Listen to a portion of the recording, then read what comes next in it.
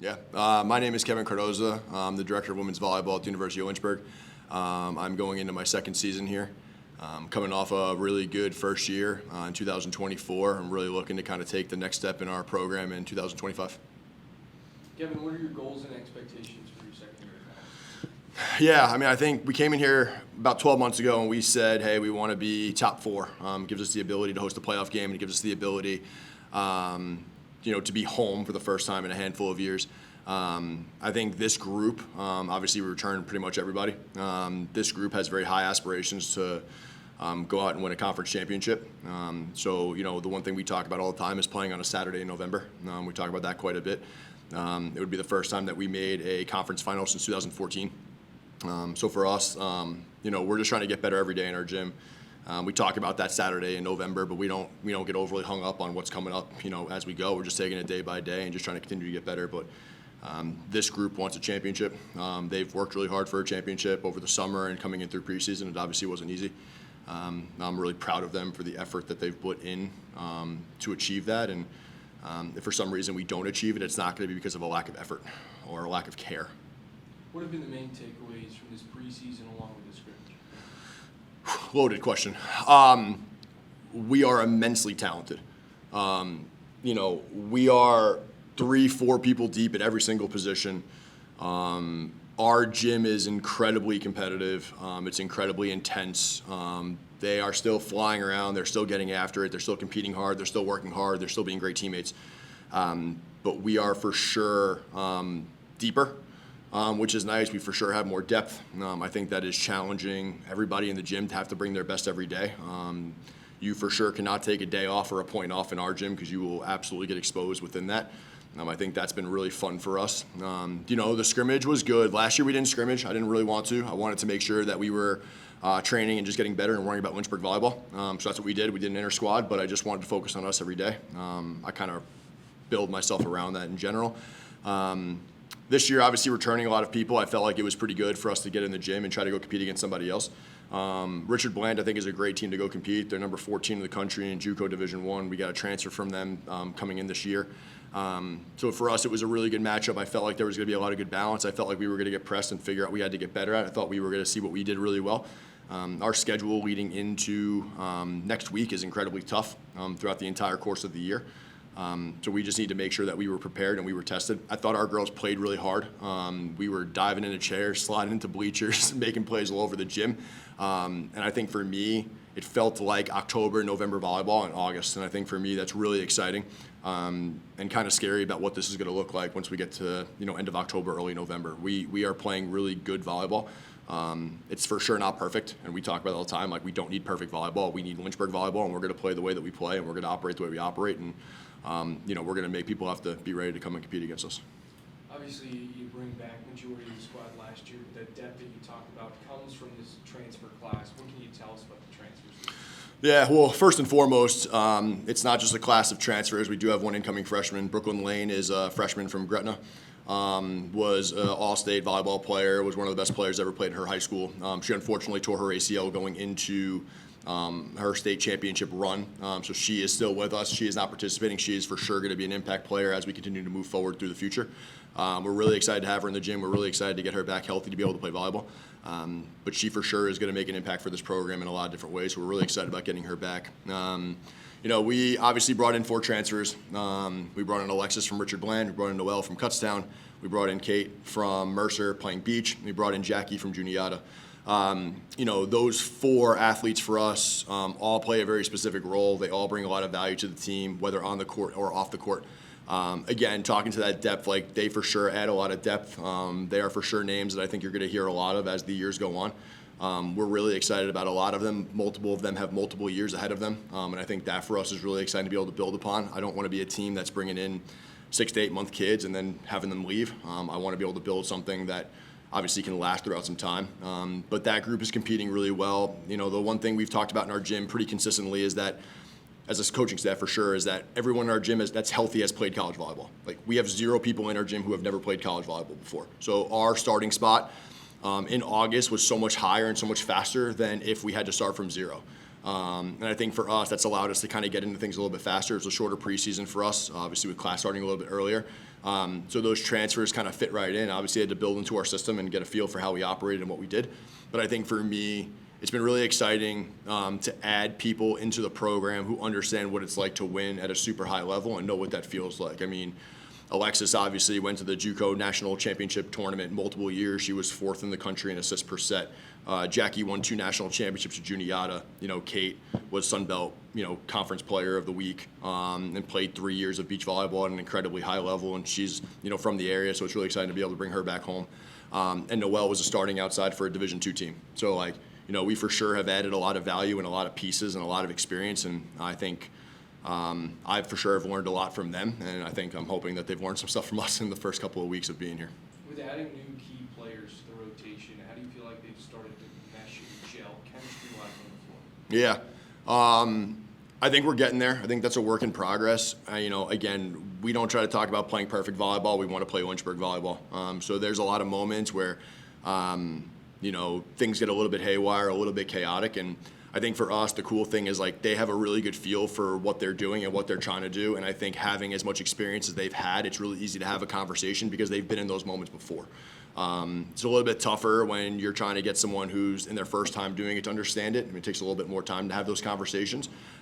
We can kind of get into a little bit more of a faster conversation with a little bit more volleyball to it to kind of get them to build. So we for sure have seen really good glimpses. We've seen really good glimpses from everybody throughout preseason. It made our meetings, yesterday really tough to decide what we were going to do and how that was going to operate. Lineup wise, and I think as programs grow, those conversations always get tougher. But I think those transfers have done a really good job. It's really hard to come into a new environment, not only just volleyball wise, but also socially, as a friend. I think they've integrated themselves really well. I'm not surprised that the team has embraced them really, really well. That's a big thing that we talk about all the time, so that doesn't surprise me. But we saw a lot of really good glimpses, and for, a handful of them, it was just getting back in the groove of it. And I think as we continue to go every day, we're seeing everybody kind of find their rhythm a little bit faster. But again, the gym is just so ultra competitive right now that mistakes get on you a lot quicker, which I think is great. I think we're learning a lot of lessons in our own gym. Sometimes we need to get into scrimmages or play some other people to kind of realize where our strengths and where our weaknesses are. I for sure think we felt that way playing Richard Bland. But, on the other side of it too, we're seeing a lot of those strengths and weaknesses in our gym every day just for the way that we handle the ball and the way that we're doing the things that we're doing. A very challenging non-conference schedule right out of the gate for you guys. What was the thought process behind building that strength of schedule? I feel like we're going to be really good. Point blank period. I feel like we're going to be pretty good. I've said it since day one. I'm going to take these kids to any gym in the country and we're going to go play volleyball. The results at the end of the day may not always be wins. They might be some losses. There might seem to be some growth. We're for sure going to stumble along the way. That's the sport, right? But I felt like with this year, with this team, with what we were bringing back and who we were bringing in and, where I felt like we were, I wanted to be challenged. I felt like last year we got challenged a little bit throughout the year, but we for sure had some bumps and bruises and learning thing along the way. I felt like this year we needed to level up and go. My goal here is to win an ODAC championship. We're not going to do that playing the bottom 50 teams in the country. It's just not possible. We need to go out and play bigger, better, faster, stronger teams, and we need to get challenged. When we get into ODAC play, we know the ODAC is pretty strong. We know it's one of the best conferences in the country for volleyball. We need to make sure that we are competing as one of the best teams in the country in order for us to give ourselves a chance to win the ODAC. Washington and Lee went to an Elite Eight last year. They're in our conference. So if we're not going out and playing the top teams in the country and we're not getting challenged, it's going to be really hard for us to step up when we need to step up and play really strong volleyball. So we're going to challenge ourselves. We're going to give ourselves a chance to go out there and win the conference. But what we're also going to do with the schedule is we set up a very specific way that our schedule mimics every school in the country that didn't win their conference who got an at-large bid into the NCAA tournament. Our schedule is to a T what everybody else did. Our MPI out of conference is going to match what all those teams did. And the one thing I told the girls, we might win the conference and that'll be great.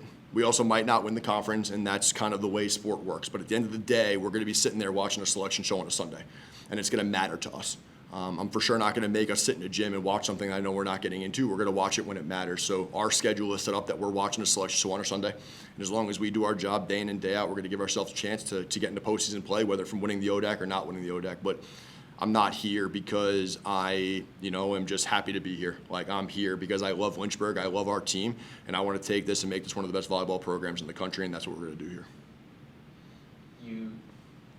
You and the players on your team have talked about togetherness and how important that is to the identity of the team. Can you kind of speak to that a little bit and how you plan on the identity forming throughout the season? Yeah, I mean, to be fair, like, it's as cut and dry as we just talk about it. Like, we make sure, we do our drills, and, when we say, hey, we're going to do this drill, they do hands in and they break to their courts. And that's what they do. And then when the horn goes off and I whistle, I say shag and high fives, and we make sure that everybody goes by and high fives each other. Like, you are going to see a lot of physical, verbal, contact, energy-giving behaviors. We talk about that all the time. Like, we just stress it in our gym. I think that matters. It matters when you're having a great day. It also matters when you're having a bad day. And the energy piece of it matters. We need to be connected. And I told this to them yesterday. I said, there's going to be a moment where all of you are going to be on the floor, right? And whether you're a starter or you're not a starter, or you weren't a starter and you became a starter, or you were a starter and you became someone that was coming off the bench, you are all going to be in a role that's going to matter for this program, and we all are going to help us win a conference championship. It cannot be 5, 6, 8, 10 people. It has to be every single person in this program. It does not matter where you look in our gym. Everyone is adding value. Everybody adds value, and I think everyone is going to be a massive part in winning this championship, at whatever time that happens. It has to be all of us together. I've joked about this last year a little bit. Like, they won 19 games, I lost 12. And that's how we continue to operate. Like, we need to be together. We need to play together. We're going to lose, and we need to make sure that we're together, and we need to make sure that we rebound and we're ready to play the next day. Because, like you talked about, our non-conference schedule is not very forgiving, and the ODAC is tough. If you show up every day, you're going to give yourself a chance to win. If you don't show up, you are going to lose. It's pretty cut and dry in our conference. So we for sure need to play together, because we are not always going to play our best volleyball. No one in our conference is. We are all going to have days that we are good and days that we are bad. And really, really good teams find a way to win matches when they're not playing their best, and I feel like that's how we can play this year. You're heading into year 2 at the helm of this program. What would you say is the biggest thing that you've learned last year, and how settled do you feel into this competitive division in Division 3? Good question. I think I learned a lot. Last year, I was pretty open that I for sure didn't have all the answers. I'm still that way with them now. Like, I ask them questions all the time, like, hey, how do you guys feel about this? How do we feel about that? I don't think I need to have all the answers, and I for sure don't think I need to pretend like I have all the answers. So I think for me, since the time I got on this campus, and even to today, like, I'm asking them a lot of questions. Like, I asked one of our kids a question today, and I was like, hey, what do we think is going to be best on Thursday when we travel and when we leave? Because I don't know what's best. They know what's best, and they know what's best for them. So for us, like, just having the conversations is so important. And I think that's been a big carryover to this year. Like, I think last year we had to build a lot of trust, and we had to build a lot of connection, and we had to build that togetherness, that they knew that I loved them and I had their back. And they know that. So now I think for us, it's really easy for us to say, hey, we're trying to get to this, or we're trying to move to this. Like, how do we want to operate? And a good example of this, like, I'm not a big captain guy. Like, it's never been something that I feel overly comfortable with. And this summer I got a call from Abby Barlow, and she said, hey, I was thinking about this and talking to some teammates, and we felt like we should have a leadership group or captains. Like, we feel like it could be really beneficial for these things. And I said, okay. And she goes, and I'm going to say it out loud, like, I know this is not a sweet spot for you. Like, I know this is uncomfortable. And I said, it is for sure uncomfortable. I said, but let's talk about it. And we did. And then I said, can you give me 24 hours? And she goes, yep. And I spent literally the next 24 hours having conversations. I called coworkers, I called friends, I called other people in coaching. I said, what do you do? How do you operate? And I had one really good conversation with a pretty close friend of mine, and he laid out what they did. And I said, okay, I love that, and I'm good with it. So we started to implement that with the girls, and right now we have 4 kids in a leadership committee. And, I told them when we first met, I said, I still don't know what we do. Like, I still don't know exactly how all of this works, and that's okay. Like, let's work through it together. Like, I have an idea of what I want some stuff to do. I know you probably have an idea of what you want some stuff to do. How do we marry it together and find a way to go best? So I think for me, like, I've talked about this a lot. Like, I'm really good at being Kevin. Like, I'm not great at trying to be anybody else. I'm really good at being Kevin. If I feel like I got something, we're going to go with it. If I feel like I don't, I'm going to ask. I'm not shy to ask. I'm not embarrassed to ask. Like, the only thing that I care about is our kids being great human beings, doing their job on and off the court, and trying to put them in the best chance to win a championship. We can help them with the volleyball piece of that puzzle, but they for sure know a lot of things that they need to be able to do. So, on and off the court. So we just need to empower them and enable them and support them in what they feel is best. And we just need to make sure that we're moving the train in the right direction and we're moving it forward. They've been great at that, and I think we've done a pretty good job at supporting them through that. So, I think this year specifically, like, there's a lot of talent in the gym, and it's for sure more competitive, and it has definitely made a couple more. It's definitely made my life a little bit more challenging from how competitive practices have been, and trying to make lineups and trying to decide what we were going to do and trying to operate. But every year is going to be different, and next year is going to be different, and 8 years from now is going to be different, and we just got to take each year as its own year. And we just got to continue to communicate with our student athletes, and we need to keep empowering them and listening to them, and then helping guide them in a direction that we feel like is positive and give us the best chance to succeed.